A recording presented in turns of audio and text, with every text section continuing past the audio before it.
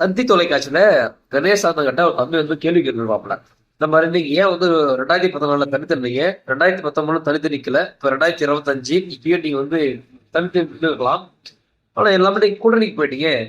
அதே மாதிரி பார்த்தோன்னா மற்ற கட்சிகள் நிக்குது இல்லையா, நீங்க ஏன் விஜய் கட்சிக்கும் போல அப்படின்னு கேள்வி கேட்டுருவாங்க. சோ நம்மளுடைய சில விஷயம் சொல்லணும். அதுக்கு அண்ணன் கணேஷ்குமார் பதில் சொல்லிட்டாரு. நாம வந்து நம்ம பகுதிக்கு கண்டிப்பா சொல்லி ஆகணும். தம்பிக்கு பாருங்க, 2014 கிட்டத்தட்ட சீமான் அவர்கள் 12 வருஷமா தனித்து இருக்கிறார்.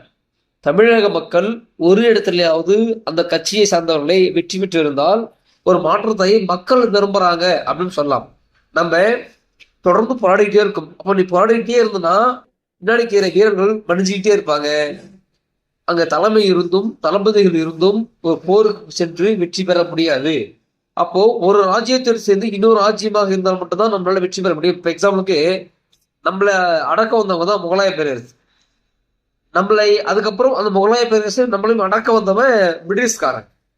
அப்ப வேலு ஜான்சிராணி என்ன பண்ணாங்கன்னா, அன்னைக்கு இருந்த ஆர்காட் நவாப் அவங்க கூட கை கோர்த்து அந்த வெள்ளக்காரனை அழிச்சான். அந்த மாதிரிதான் இன்னைக்கு. இப்போ திமுகவும் அப்படித்தான், அதிமுகவும் அப்படித்தான். அப்ப திமுக தான் ரொம்ப இருக்கத்துல ரொம்ப கொடுமையான கட்சி, ரொம்ப கொடூரமான கட்சி தான் திமுக தான். அப்ப திமுக அழிக்கும்னா நமக்கு இன்னொரு பலமாகக்கூடிய அதிமுக போன்ற கட்சிகள் தேவைப்படுகிறது. இது மக்கள் அன்னைக்கு போர்க்கலாம், அதனால வந்து ஃபைட் போட்டு சண்டை போடுறோம். நீங்க வந்து வாக்களிப்பு, இப்போ மக்கள் வந்து என்னடா இந்த கட்சிக்கே வாக்களிச்சுக்கோம், ஒரு புதிய கட்சி வாக்களிக்கும் சொல்லி மாத்தி வாக்களிக்க மாட்டேன்றாங்க. நம்ம ஓட்டு சதவீதத்தை மட்டும் வச்சு ஒரு விஷயத்தை பேச முடியாது. நம்ம என்னதான் வந்து வெளியேந்து கத்திருந்தா கூட உள்ள வெள்ளக்காரன் தான் பண்ணியிருந்தான். அப்பாடு ஜாலியா குடிச்சுக்கிட்டு ஜாலியா இருந்துக்கிட்டு பெண்ணுக்குள் கூட உல்லாசமாக இருந்தான். ஆனா வெளியே காந்தி என்ன பண்ணாரு, போராட்டம் பண்ண சொல்லி ஒட்டும் ஆயிரக்கணக்கான தொண்டர்கள் செத்துருந்தாரு. அதனால தான் நேதாஜி என்ன சொன்னாரு, இதெல்லாம் சரிப்பட்டு வராது, அடிக்கடி உதவி சொல்லி அவர் ராணுவத்தை கட்டமைச்சார்.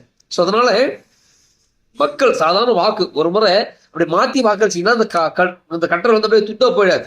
இல்லை நம்ம ஒரு பக்கம் பாதியா அழுகி போயிடாது. ஆனா ஒரு வாக்கையே இந்த மக்கள் மாத்தி அமைக்க மாட்டேன்றாங்க.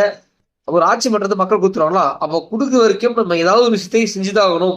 அது வரைக்கும் மக்கள் நலமாக இருக்க வேண்டிய இல்லையா, அதுக்காக தான் நம்ம அதிமுக கூட்டணி வைக்கிறோம். நம்ம கூட்டணி வைக்கும் போதெல்லாம் நம்மள மீறி சில விஷயம் அவங்க பண்ணவே முடியாது. ஆனா பண்ணுவாங்க, ஏன்னா அவங்ககிட்ட அதிகாரம் இருக்கு, அதிகமான எம்எல்ஏ இருக்கிறாங்க. அப்போ ஒரு 10 விஷயம் கெட்ட செய்யறாங்கன்னா குறைஞ்சபட்சம் ஒரு 5 விஷயத்தை தடுத்து நிறுத்த முடியும். அதனாலதான் நம்ம கூட்டணி வைக்கிறோம். நன்றி.